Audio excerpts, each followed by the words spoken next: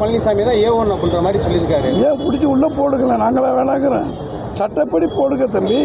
சட்டம் இருந்து அவருக்கு ஏ1 இருந்து அக்யூஸ்டாக இருக்காருன்னா போலீஸ் என்ன செய்கிறாங்க? எல்லாம் திமுக ஆட்சி தான் நடக்குது. 4.5 வருஷம் ஆகிப்போச்சு. ஆட்சிக்கு வர்றதுக்கு முன்னால் இருந்தது தானே கொடநாடு வழக்கு. உண்மையிலே அந்த திராணி இருந்து சரியான சட்டங்கள் இருந்தால் பண்ணட்டு. ஏன் ஏ1 இருக்கிறவங்க ஏன் பிடிச்சி ஜெயிலில் போடாமல் வச்சுருக்காங்க? ஏன் இவருக்கு ஆதாரம் இருந்தால் கொடுக்க வேண்டியது தானே? நான் பெரியவன் அப்படி பார்த்தா இன்றைக்கி ராகுல் காந்தி சின்ன ஆள். கார்கே இருக்கார்ல, அவர் தலைவர், அவர் 83 வயசு 85. அவர் கூட இருக்கிறது இவர் அவரை ஏற்றுக்கிட்டு இருக்காங்க எல்லாருமே.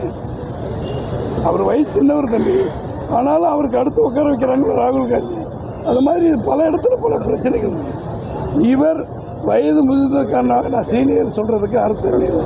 இன்றைக்கி அவர் கூட இருந்தவங்க நீக்கியிருக்காரு எடப்பாடியார். ஒரு ஆள் கூட இந்த ஆஃபீஸில் கிடையாது.